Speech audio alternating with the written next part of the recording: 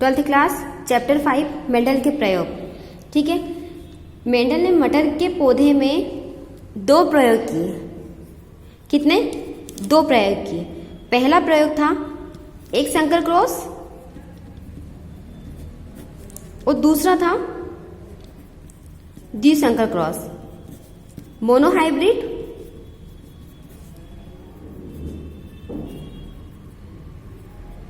और डाइहाइब्रिड। जब एग्जाम में क्वेश्चन पूछा जाता है तो एक संकर क्रॉस और द्विसंकर क्रॉस के नाम से भी और मोनोहाइब्रिड और डाइहाइब्रिड के नाम से भी पूछा जाता है, इसलिए दोनों नाम लर्न करना। अब सबसे पहले हम आज पढ़ेंगे एक संकर क्रॉस के बारे में कि मोनोहाइब्रिड क्या था। एक संकर क्रॉस से ही क्लियर हो रहा है कि इसमें मेंडल ने क्या किया था। हम सबसे पहले मोनोहाइब्रिड और एक संकर क्रॉस से क्लियर है, इसमें मेंडल ने क्या सिर्फ एक जोड़ी विपर्य लक्षणों के मध्य में संकरण करवाया। क्या हुआ कि एक जोड़ी, सिर्फ एक जोड़ी जो लक्षण थे, एक जोड़ी जो विपर्य लक्षण थे उनके बीच में क्या करा, एक संकर क्रॉस कराया। जो संकरण कराया उसको कहते हैं एक संकर क्रॉस। और ऐसे तो मेंडल ने कई प्रयोग किए थे, ऐसे तो मेंडल ने क्या किया था, मटर के पौधे में कई प्रयोग किए थे, परंतु लंबे और बोने पौधे के बीच में जो क्रॉस था उसका उदाहरण जो है वो प्रमुख दिया जाता है। क्या क्या था, वैसे तो मेंडल ने बहुत सारे प्रयोग किए, लेकिन जो लंबे और बोने, इन 2 बीजों के बीच में, इन 2 पौधों के बीच में जो संकरण कराया था वो प्रमुख रूप से दिया जाता है। इसमें इन्होंने एक शुद्ध पौधा लिया, एक शुद्ध लंबा और एक बोना पौधा लिया था, जिसके जीनोटाइप को उन्होंने क्या किया था, जीनोटाइप मतलब उसके कैरेक्टर जो दिखाई देते हैं वो जीनोटाइप में क्या किया था, जीनोटाइप मतलब लंबे पौधे का जीनोटाइप क्या था, टी और टी कैपिटल टी से, और बोने जो पौधे थे उनका स्मॉल टी। इससे उन्होंने क्या किया था, उनके जीनोटाइप्स को प्रदर्शित किया था और इसके आधार पर ही उनके जीनोटाइप जो थे उनसे युग्मकों का निर्माण हुआ। कौन से युग्मक का? इससे सिर्फ टी का और इससे टी का। इससे हम बोलेंगे पेरेंट्स। जो बोने पौधे और लंबे पौधे के जो जीनोटाइप लिए थे उन्होंने, तो ये जीनोटाइप पेरेंट्स कहलाएंगे। और इन पेरेंट्स से क्या हुआ, कैपिटल टी जो थे, कैपिटल टी को लंबे और स्मॉल को बोने पौधों से शो किया। ठीक है, तो जो लंबे पौधे थे उसका जो युग्मक बना वो कैपिटल टी, और जो बोने पौधे था उसका जो युग्मक बना वो बना स्मॉल टी। ठीक है, तो ये क्या हो गए इनके गैमेट्स, ये जनक और ये युग्मक। ठीक है, इसके बीच में जब परागण कराया गया, कृत्रिम परागण कराया गया, तो इसके कृत्रिम पर परागण, तो इससे जो संतति बनी, इससे जो F1 पीढ़ी बनी वो कैपिटल टी और स्मॉल टी, ये क्या हो गई इसकी F1 जनरेशन। देखो मैं एक बार फिर से एक्सप्लेन करती हूँ। एक संकर क्रॉस ने क्या किया था मेंडल ने कि एक जोड़े विपर्य लक्षणों के मध्य में ही केवल क्या करवाया था, संकरण करवाया था, जिसे उन्होंने क्या बोला, मोनोहाइब्रिड। ये एक संकर क्रॉस बोला, एक जोड़ी लक्षण मतलब सिर्फ एक लंबे पौधे और एक बोने पौधे, मतलब दोनों पौधों के सिर्फ एक एक कैरेक्टर को ही लिया, है ना, लंबे पौधे और बोने पौधे।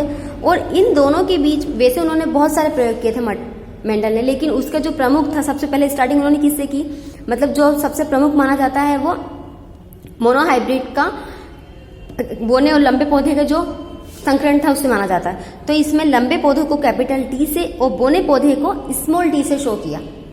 ठीक है, तो इसके जो ये दोनों इनके जीनोटाइप थे, और इन जीनोटाइप से जो युग्मक बने वो कैपिटल टी का जो था उससे कैपिटल टी, जो 2 कैपिटल टी थे उसमें से एक कैपिटल टी, और बोने पौधे से स्मॉल टी, जिससे हमने शो किया था ये इसके गैमेट्स बन गए। और इस गैमेट्स के बीच में क्या करा है, कृत्रिम पर परागण कराने पर हमें क्या प्राप्त हुआ, F1 जनरेशन, जिसमें कैपिटल टी और स्मॉल टी दोनों।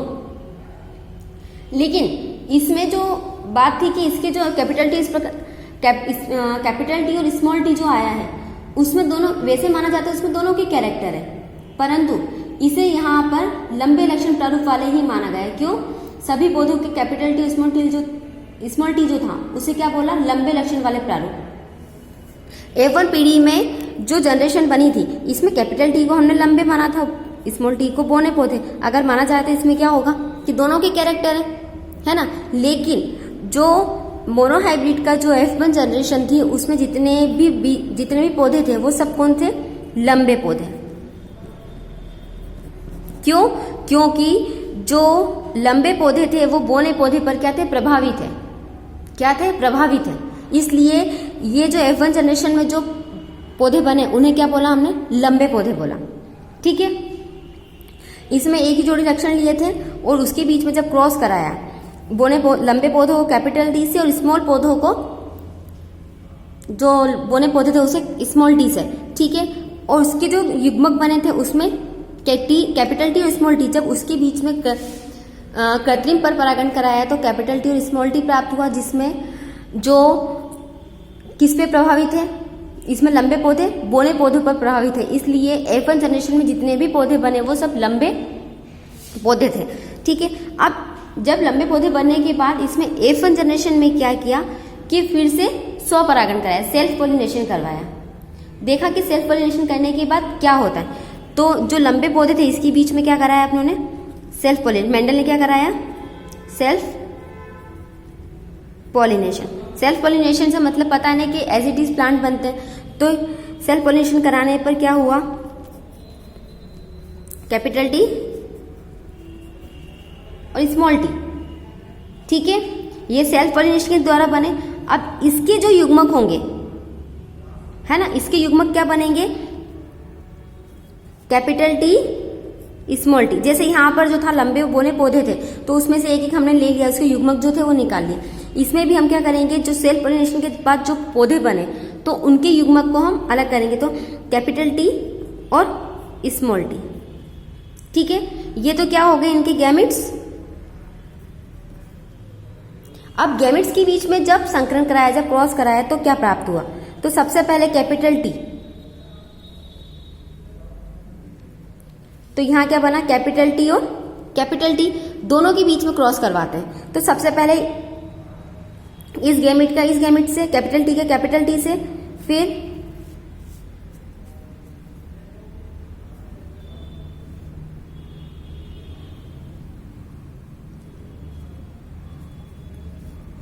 कैपिटल टी और स्मॉल टी। ठीक है, अब इसका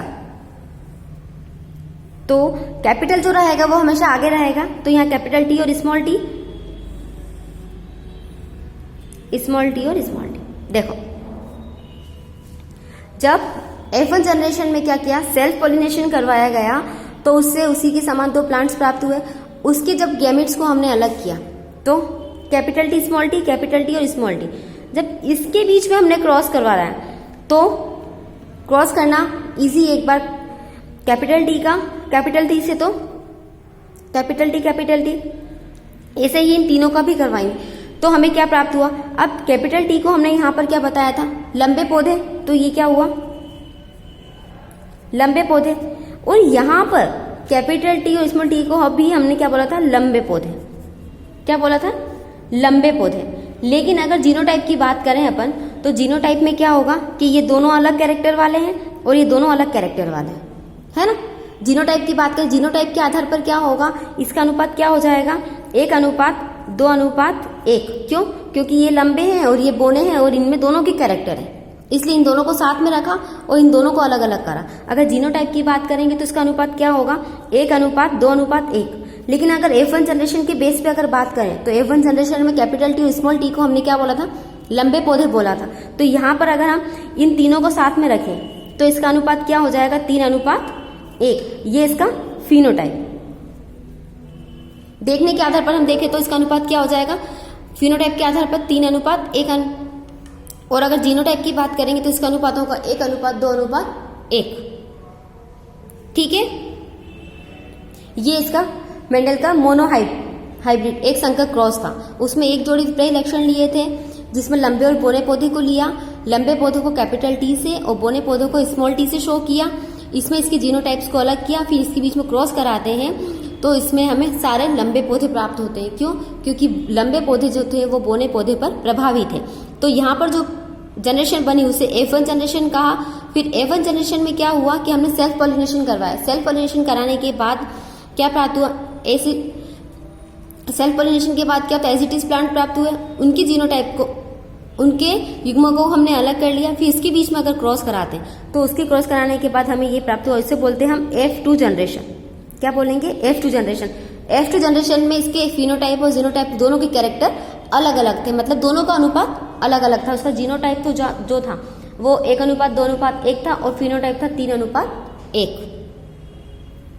अनुपात जो है वो ऑब्जेक्टिव में पूछ लिया जाता है।